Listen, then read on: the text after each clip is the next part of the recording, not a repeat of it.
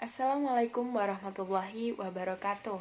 Perkenalkan, kami dari kelompok 2. Di sini kami akan menjelaskan beberapa materi mengenai teori konsumsi dan pengembangan teori konsumsi. Kami dari kelompok 2 beranggotakan 5 orang.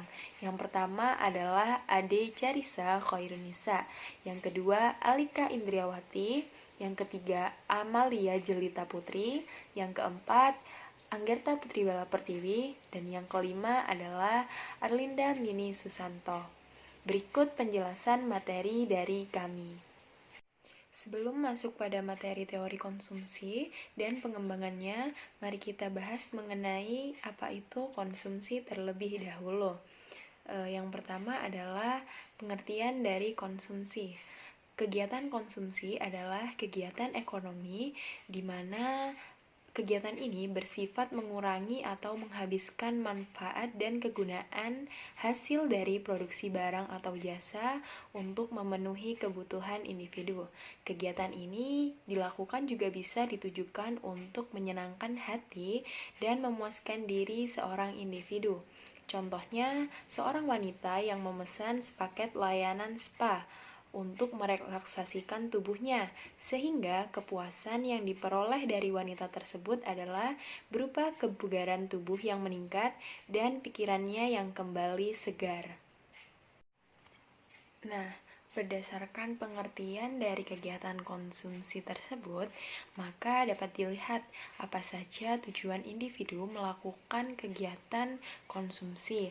Yang pertama adalah mengulangi nilai guna barang atau jasa secara bertahap.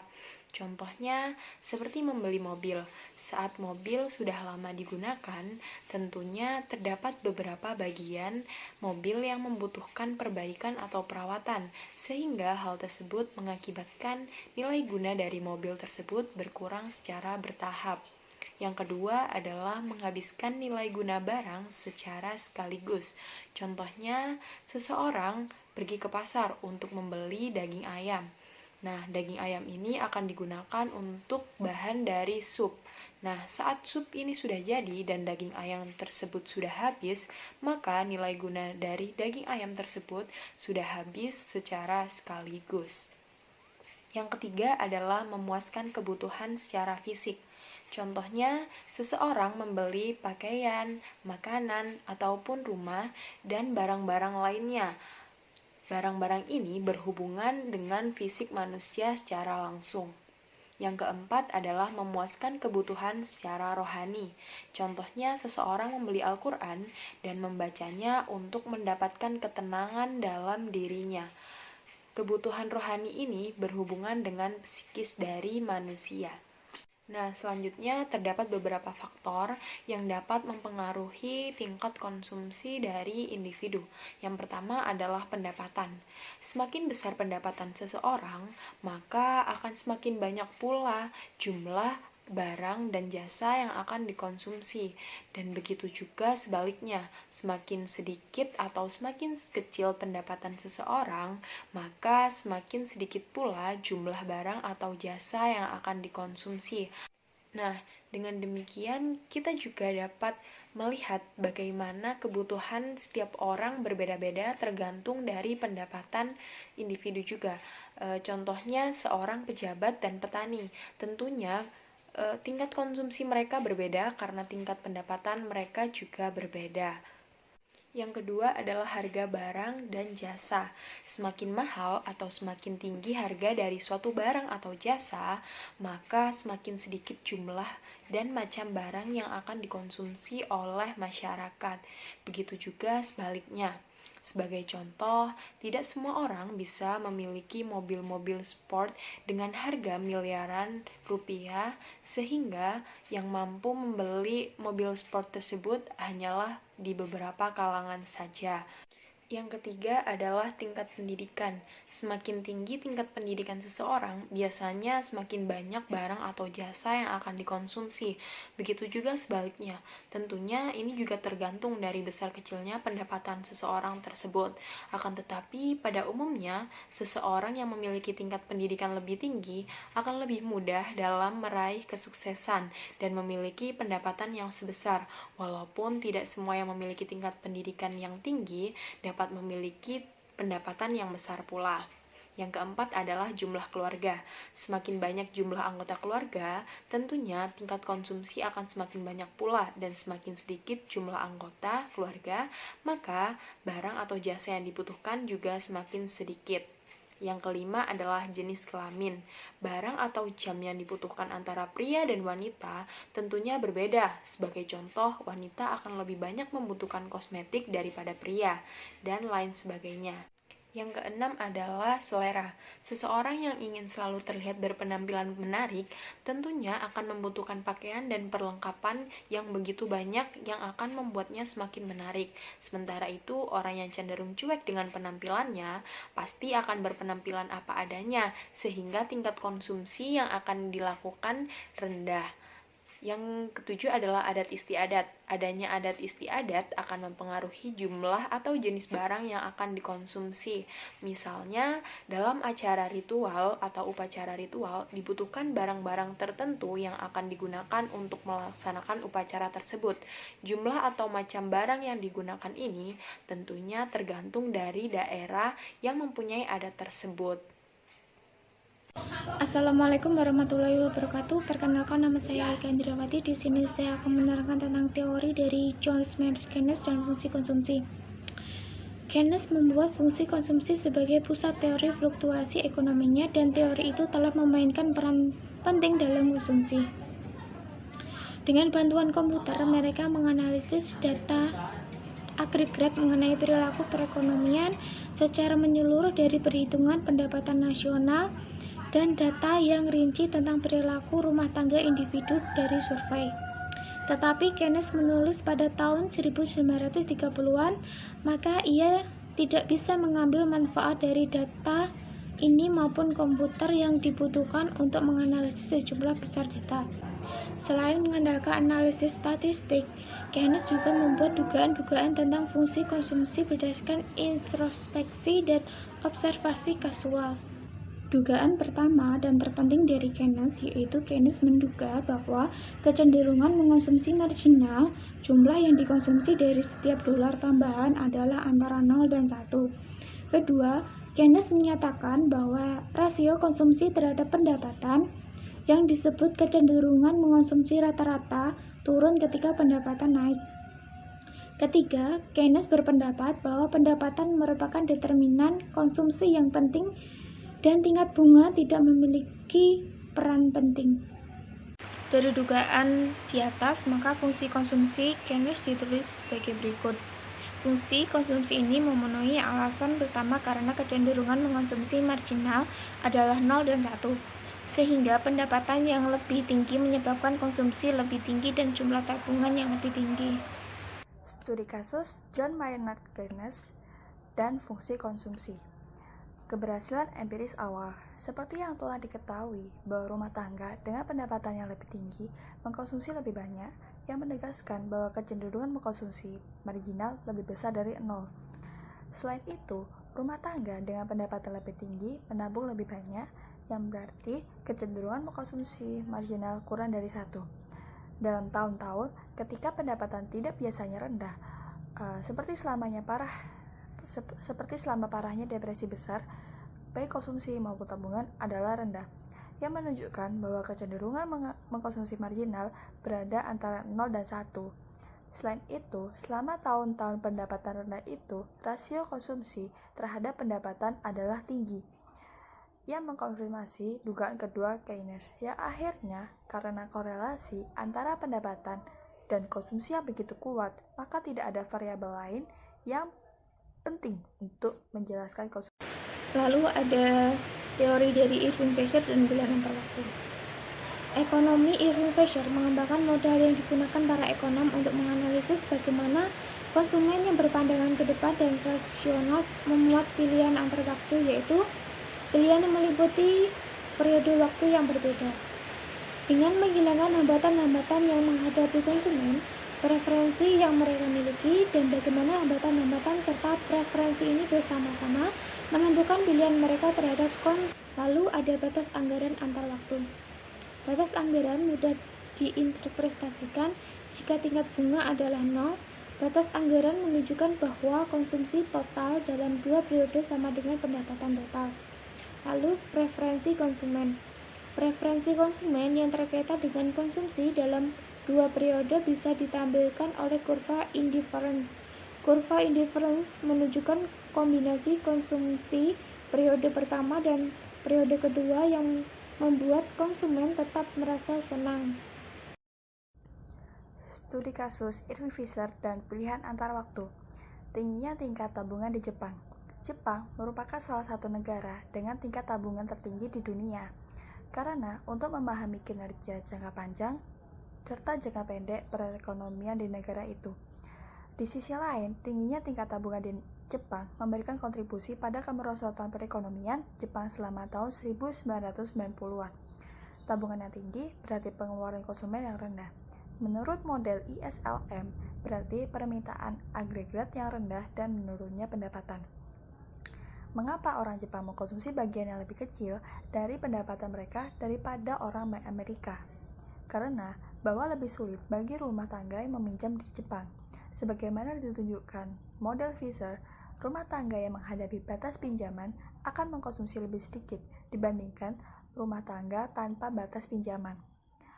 Jadi, masyarakat yang umumnya memiliki batas pinjaman cenderung memiliki tingkat tabungan yang lebih tinggi. Kemudian ada teori dari Francois Modiglian dan hipotesis dari Duke. Modiglian berpendapat bahwa pendapatan bervariasi secara sistematis selama kehidupan seseorang dan tabungan membuat konsumen dapat menggerakkan pendapatan dari masa hidupnya ketika pendapatan tinggi ke masa hidup ketika pendapatan rendah. Interpretasi perilaku konsumsi ini mendasari hipotesis dari Duke. Model dari Duke juga memuat prediksi lain, namun yang paling penting model ini memprediksi bahwa tabungan bervariasi selama kehidupan seseorang. Jika seseorang mulai masa dewasanya tanpa kekayaan, ia akan mengakumulasi kekayaan selama masa-masa kerjanya dan mengurangi atau menggunakan kekayaannya selama masa-masa pensiun. Studi kasus Franco Modigliani dan hipotesis daur hidup. Konsumsi dan tabungan kaum lansia. Banyak ekonom yang menemukan penemuan bahwa kaum lansia tidak menghabiskan tabungannya sebanyak yang diprediksi oleh model. Dalam hal ini kurang lebih ada 2 penjelasan. Penjelasan pertama adalah kaum lansia mengkhawatirkan biaya yang tidak terduga dengan adanya tabungan berjaga-jaga. Alasannya untuk kemungkinan hidup yang lebih lama dari yang diharapkan, dan dengan demikian akan memberikan rentan waktu pensiun rata-rata yang lebih besar. Tapi mengenai tabungan berjaga-jaga ini tidak sepenuhnya persuasif, karena kaum lansia dapat mengasuransikan risiko ini. Untuk penjelasan kedua, mungkin mereka ingin meninggalkan warisan kepada anak-anaknya.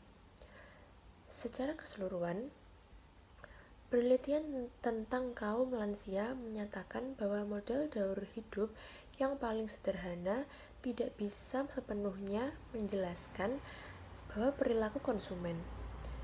Tidak diragukan mempersiapkan masa pensiun adalah motif yang penting dalam tabungan berjaga-jaga ini. Tetapi motif lain seperti tabungan berjaga-jaga dan warisan yang tampaknya juga penting. Selanjutnya adalah Milton Friedman dan hipotesis pendapatan permanen. Friedman menyatakan bahwa kita memandang pendapatan sekarang atau Y sebagai jumlah dari 2 unsur, pendapatan permanen atau YP dan pendapatan transitoris atau YT, yaitu Y sama dengan YP ditambah YT. Pendapatan permanen adalah bagian pendapatan yang orang hadapkan untuk terus bertahan di masa depan. Pendapatan transitoris adalah bagian pendapatan yang tidak diharapkan untuk terus bertahan. Bedanya, pendapatan permanen adalah pendapatan rata-rata, sedangkan pendapatan transitoris adalah deviasi acak dari rata-rata tersebut. Contohnya adalah sebagai berikut. Maria yang memiliki gelar sarjana hukum berpenghasilan lebih banyak tahun ini daripada John yang tidak tamat SMA. Pendapatan yang lebih tinggi berasal dari pendapatan permanen yang lebih tinggi karena pendidikannya yang akan terus memberikannya gaji yang lebih tinggi. Studi kasus hipotesis pendapatan permanen. Pemotongan pajak tahun 1964 dan biaya tambahan pajak tahun 1968. Hipotesis pendapatan permanen dapat membantu menginterpretasikan bagaimana perekonomian menanggapi perubahan dalam kebijakan fiskal. Juga memprediksi bahwa konsumsi hanya menanggapi perubahan dalam pendapatan permanen. Karena itu, perubahan transitoris atau transaksi baik pemberian atau penerimaan kembali persediaan dalam pajak hanya akan memiliki dampak yang tidak tampak terhadap konsumsi dan permintaan agregat. Pemotongan pajak tahun 1964 diumumkan sebagai penurunan yang besar dan permanen dalam tarif pajak. Perubahan kebijakan ini memiliki dampak yang ditujukan untuk mendorong perekonomian. Biaya tambahan pajak tahun 1968 muncul dalam iklim politik yang sangat berbeda. Hal ini menjadikan undang-undang karena saat itu kenaikan dalam pengeluaran pemerintah untuk Perang Vietnam telah mendorong permintaan agregat yang berlebihan. Untuk mengimbangi dampak ini, mereka merekomendasikan kenaikan pajak temporer, yaitu kenaikan pajak selama setahun. Biaya pajak tidak memiliki dampak yang diinginkan dari menurunnya permintaan agregat. Pengangguran terus menurun, inflasi terus naik. Hal ini sesuai dengan prediksi bahwa peningkatan pajak hanya akan mempengaruhi pendapatan transitoris. Yang dapat kita ambil dari kondisi ini bahwa analisis kebijakan pajak yang utuh harus berada di luar fungsi konsumsi Keynesian yang sederhana, serta analisis haruslah memperhitungkan dan perbedaan antara pendapatan Selanjutnya, hipotesis Robert Hall dan random walk. Menurut Robert Hall, kombinasi hipotesis pendapatan permanen dan ekspektasi rasional menunjukkan bahwa konsumsi mengikuti jalan acak. Hal beralasan bahwa menurut hipotesis pendapatan permanen, konsumen menghadapi pendapatan yang berfluktuasi dan berusaha meratakan konsumen mereka sepanjang waktu. Sehingga pada suatu saat, konsumen memilih konsumsi berdasarkan ekspektasi sekarang atas pendapatan selama hidupnya. Dan sepanjang waktu, mereka mengubah konsumsi karena menerima berita yang menyebabkan mereka merubah pandangannya terhadap sesuatu. Contoh dari hipotesis ini adalah orang yang mendapatkan promosi yang tidak diharapkan akan meningkatkan konsumsi, sedangkan orang yang mengalami demosi yang tidak diharapkan akan mengurangi konsumen. Dengan kata lain, perubahan konsumsi mencerminkan kejutan terhadap pendapatan seumur hidup. Namun demikian, ekspektasi tidak dapat diamati secara langsung karena sulit untuk mengetahui bagaimana dan kapan perubahan kebijakan fiskal mengubah permintaan agregat. Studi kasus hipotesis Robert Hall and random walk. Apakah perubahan pendapatan yang dapat diprediksi menyebabkan perubahan konsumsi yang dapat diprediksi? Kita harus mengetahui bahwa pendapatan dan konsumsi berfluktuasi bersama-sama selama siklus bisnis. Ketika perekonomian mengalami resesi, yaitu turunnya aktivitas ekonomi, maka pendapatan dan konsumsi akan turun juga. Berlaku juga untuk sebaliknya. Karena kebanyakan fluktuasi jangka pendek tidak dapat diprediksi. Jadi, saat perekonomian mengalami resesi, konsumen akan cenderung menerima berita buruk tentang pendapatannya, yang menyebabkan konsumsi turun secara wajar. begitu juga sebaliknya. Perilaku ini tidak mengacaukan teori jalan acak atau random walk bahwa perubahan dalam konsumsi adalah mustahil untuk diramalkan. Tapi anggap saja kita bisa mengidentifikasi beberapa perubahan dalam pendapatan yang bisa diprediksi. Misal, jika konsumen mengharapkan pendapatan naik ataupun turun, maka seharusnya sudah menyesuaikan konsumsinya. Jadi, perubahan pendapatan yang dapat diprediksi seharusnya tidak akan menyebabkan perubahan konsumsi yang diprediksi. Di sini, data tentang konsumsi dan pendapatan tampaknya tidak memenuhi implikasi teori ini. Kita ambil contoh seperti pendapatan diharapkan turun sebesar 10%. Konsumsi secara rata-rata akan turun pada saat yang sama sebesar 5%. Di sini perubahan pendapatan yang dapat diprediksi menyebabkan perubahan konsumsi yang dapat diprediksi yang besarnya setengahnya. Mengapa hal ini benar? Karena perilaku ini menjelaskan bahwa sebagian konsumen mungkin gagal memiliki ekspektasi rasional. Jadi mereka akan berdasarkan ekspektasinya atas pendapatan mendatang secara berlebihan pada pendapatan yang sekarang. Maka dari itu, ketika pendapatan naik turun, mereka bertindak seolah-olah menerima berita tentang sumber data mereka dan mengubah rencana konsumsinya. Selanjutnya, David Leibson dan dorongan gratifikasi instan. Leibson menyatakan bahwa banyak konsumen menilai diri mereka sendiri sebagai pembuat keputusan yang tidak sempurna. Leibson berpendapat bahwa pengaruh psikologi manusia penting untuk memahami perilaku konsumen biasanya. Hal ini terjadi karena manusia mempunyai keinginan yang kuat atas gratifikasi instan. Mereka mungkin akan berperilaku tidak konsisten dengan waktu dan akhirnya mendorongnya untuk berubah pikiran. Studi kasus David Leibson dan dorongan gratifikasi instan. Bagaimana membuat masyarakat menabung lebih banyak?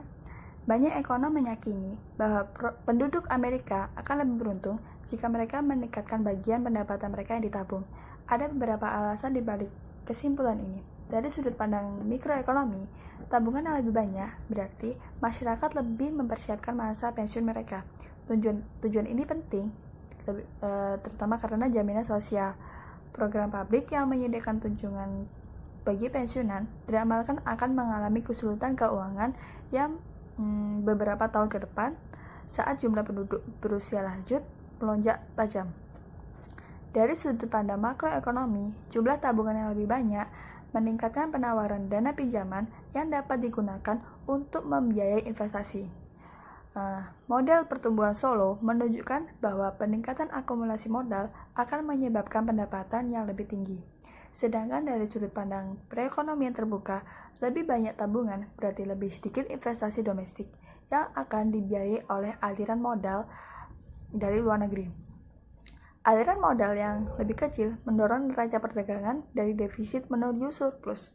Terakhir, fakta yang menyatakan banyaknya penduduk Amerika yang tidak cukup menabung merupakan alasan yang cukup kuat untuk menyatakan peningkatan tabungan sebagai tujuan nasional. Sekian penjelasan materi dari kelompok kami mengenai teori konsumsi dan pengembangan teori konsumsi. Kami memohon maaf apabila terdapat kekurangan atau kesalahan dalam menyampaikan materi. Kami berharap semoga materi yang kami sampaikan dapat bermanfaat bagi kita semua. Sekian dari kami. Wassalamualaikum warahmatullahi wabarakatuh.